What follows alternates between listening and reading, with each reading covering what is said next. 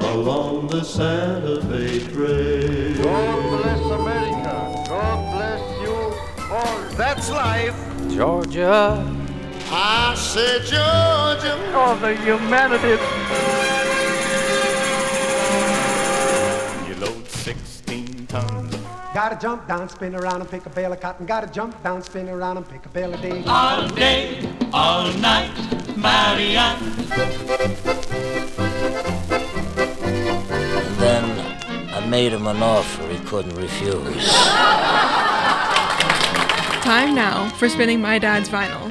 Here, with all his skips, scratches, and pops, is my dad, Frank Vaccarello. Thanks, sweetie. And thank you for tuning into episode 239 of Spinning My Dad's Vinyl. My dad loved his Dixieland music, even when he had no idea who was performing it. This is the perfect album for that mindset because this budget label doesn't even get all of the tunes listed correctly on the cover and label, let alone tell us who's performing on it. And even though the title of this episode leans toward anonymous musicians, today's technology might have helped. And then again, it might not have. So get ready to hear some hot jazz recordings from an album re-released without naming the artists in Volume 239, Unknown Dixieland.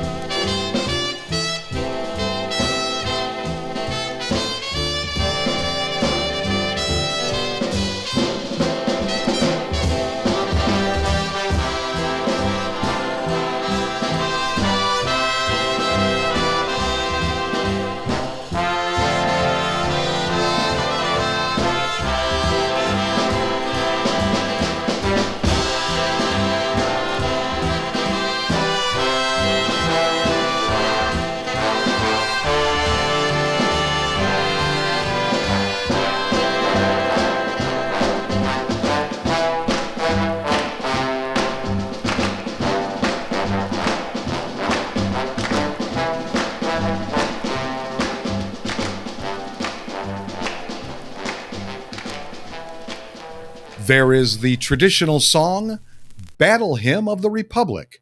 And yes, I do know who was in this recording session. Thank you, Internet. On trumpet, Buck Clayton. Joe Jones was on drums, Vic Dickinson on trombone, Pee Wee Russell on clarinet, Lou Carter on piano, and Bud Freeman on tenor saxophone. A great collaboration, and we've heard many of those names in past episodes. Okay, why this record for this episode? Well, the psychedelic artwork on the front cover has certainly caught my eye every time I've glanced at it, but it just didn't go with the words Dixieland, which includes an exclamation point. The cover eventually wore me down, and I had to drop the needle on it to see what was there. Boy, was I pleasantly surprised. I still had no idea who the musicians were until I started writing the script, but I had already enjoyed listening to the record several times before that happened. This was a great session featuring some veterans in the jazz recording business, and they really seemed relaxed on the tunes, which I think were recorded in the mid-1960s. So if you like Dixieland, This is some great stuff. Next up, a couple of blues tunes.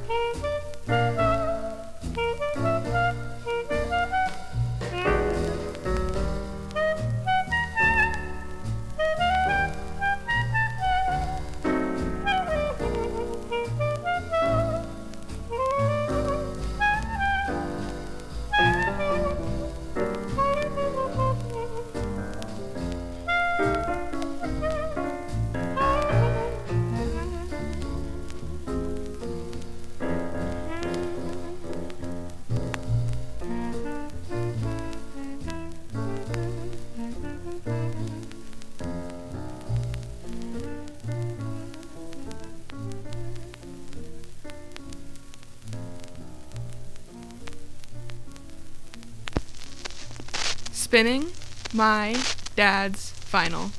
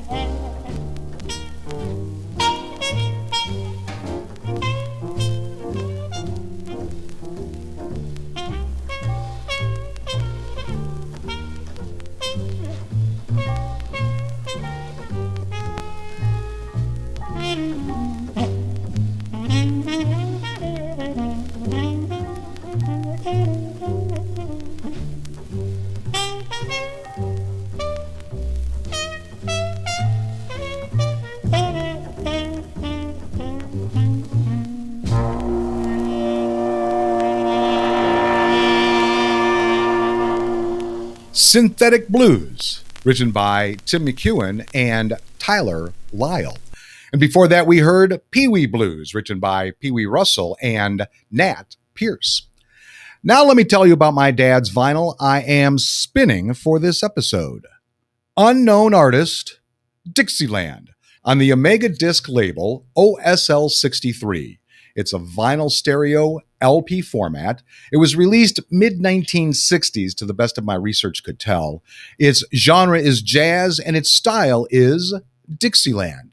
Now, Omega was a budget record label based in Hollywood, run by the International Pacific Recording Corporation, which also produced reel-to-reel tapes on their Omega tape label. And I did want to tell you that this is a re-release of this collaboration that went under the same title, except for in the UK, where the title was Dixieland a la carte. And it was also record number OSL 63 on Omega and had a completely different album cover, which included photos of the band. And now that's how I found out about what musicians are playing on this recording. And we will hear all 7 of the songs from this album. I thought, why not? Now, there are no liner notes about the tunes or the musicians. There's just a list of the songs on the album and a list of other records available from Omega, and it also has some blah, blah, blah about the record company and how they use only the finest ingredients for their records, kind of thing. So let's see what prices this record is being sold at on Discogs.com, where it's only been sold twice. $2.33 for a high and a $2 low, giving it a $2.16 average and median. It was last sold on November 26, 2021 for that $2.33 high, or actually €2. Now, my dad's record is in poor condition. There's a lot of noise between the tracks, and it's really scratchy at the needle drop points on both sides. The surface has normal scuff marks, but they seem to affect the recording a little more than it looks like it should. The cover is actually in pretty good condition. Now, the color might be a little faded as it is mostly red, but otherwise, it looks good. No real outline from the record can be seen, so I think it's really sturdy material that it was built from. The back has a shorter than normal green marker streak and the word posted stamped on it. This one also has a capital K along with those other 2 markings. He does not have his normal address label stuck to the front. So I'll value my dad's vinyl at $2. I'll stay within the framework set by Discogs. Next up is not Chitty Bitty Bean, as it says on the label and the back cover.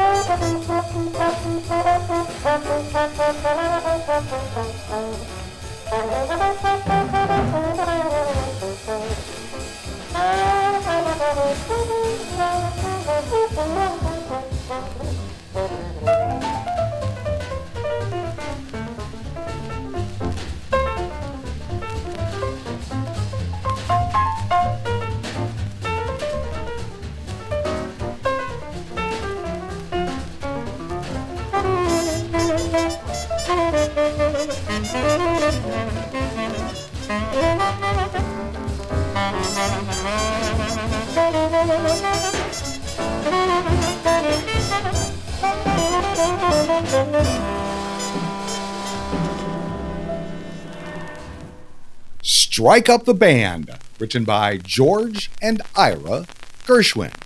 Now, since there's no one featured artist in this collaboration, we'll just keep the music rolling. This next song was written for a popular music trade magazine.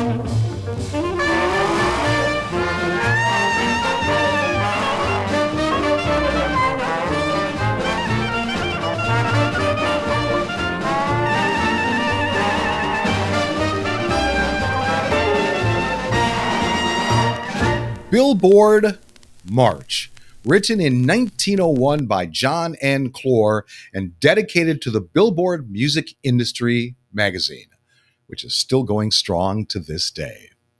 Time now for this episode's interesting side note, and it has to do with the technology I use to research and write this show. I realize that I get to use a lot of technology that I didn't have available to me when I was in radio broadcasting from the early 1980s through the mid-1990s, long before the internet and even longer before social media. Our information back then came from paying attention, reading newspapers, and scouring the trade magazines along with listening to other people's radio broadcasts. Most radio stations had subscriptions to Billboard or Radio and Records, two of the big radio and music trade magazines. When I was at a rock and roll station in Erie, we used a weekly called Friday Morning Quarterback. It's where we found the latest information on artists and the music industry. It's incredible the information I have at my fingertips now to help write the show. Now, the reason I wanted to talk about this is because I found myself using the music identification app Shazam to try to figure out who actually recorded this album. While I didn't quite get all of the song's artists correctly, it did lead me down the right path where I found that this album was actually released as another album before. It was with the main website I used to catalog my record collections where I identified that previous album. You've heard me mention Discogs.com in every episode when I value the record. That's where most episodes start getting written, from the information on the Discogs page dedicated to the record I have chosen. For most of the first 3 years, artist bios were written from Wikipedia pages or an artist website or even an obituary. Sometimes I would find a great blog post or take information from that Wikipedia page to form an idea for those interesting side notes, which I mostly then wrote myself. Now, I'd find myself writing prompts for ChatGPT and Perplexity in order to better summarize an artist's life. I have to be careful when I ask AI for help with these side notes, though, because I caught ChatGPT making up a story once about Jonah Jones. It couldn't come up with a source and even told me it was lying to me. Even now, I use voice to text when transcribing liner notes to the script. I used to do it the old-fashioned way, and that was to read it while typing the words I was reading. Before that, I was just reading right from the album cover during the episode, but I hated wearing my glasses to see that.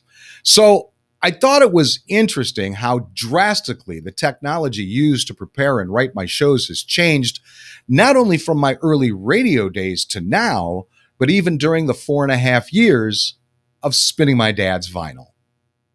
Next up, when I first saw the title of this song, I thought of a big dog and a guy named Steve.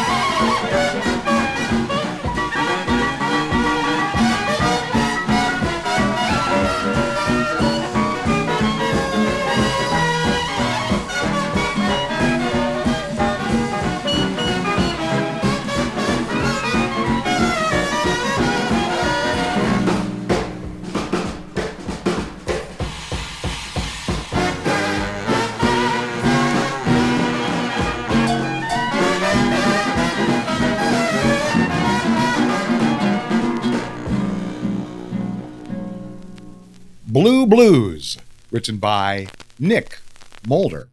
Well, I hope you enjoyed this episode as much as I enjoyed bringing it to you. This was a great recording session captured on this album. What a bunch of savvy veterans in the jazz music business we got to hear from. Too bad I couldn't find more about this session. It was almost like it was secretive or something. And you knew my dad had to have an album simply titled Dixieland somewhere in his collection. I don't remember this album cover from my growing up days in the house. It's a hard to describe circular pattern in faded reds, dim whites, and dark blues. Sort of some abstract artwork, which would make sense for the mid-1960s. In black, all capital, Western-style font is the word Dixieland with an exclamation point. Omega is in smaller print on the bottom. The top row on the white back cover says Dixieland, but without the exclamation point. The 7 songs on the album are separated into side A and B. Under that is a row of names of other records you will find on the Omega label, and below that is a small row that spells out information about the world's finest quality stereophonic record. Budget labels never talk about the music or the artists the cover holds.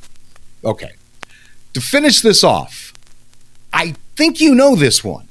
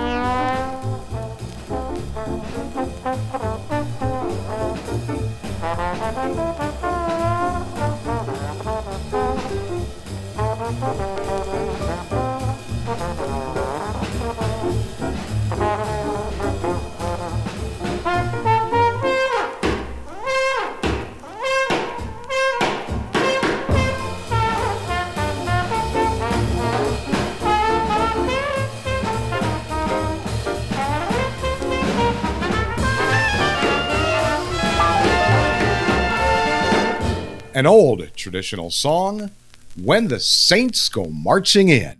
And there you have the entire album of mystery musicians who are no longer a mystery. So thanks for tuning into volume 239, Unknown Dixieland, however you did.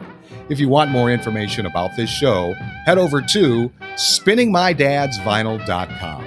I'll be back next week with all my skips, scratches, and pops for volume 240, A Singing Satchmo. Until then, go with the flow, my friends.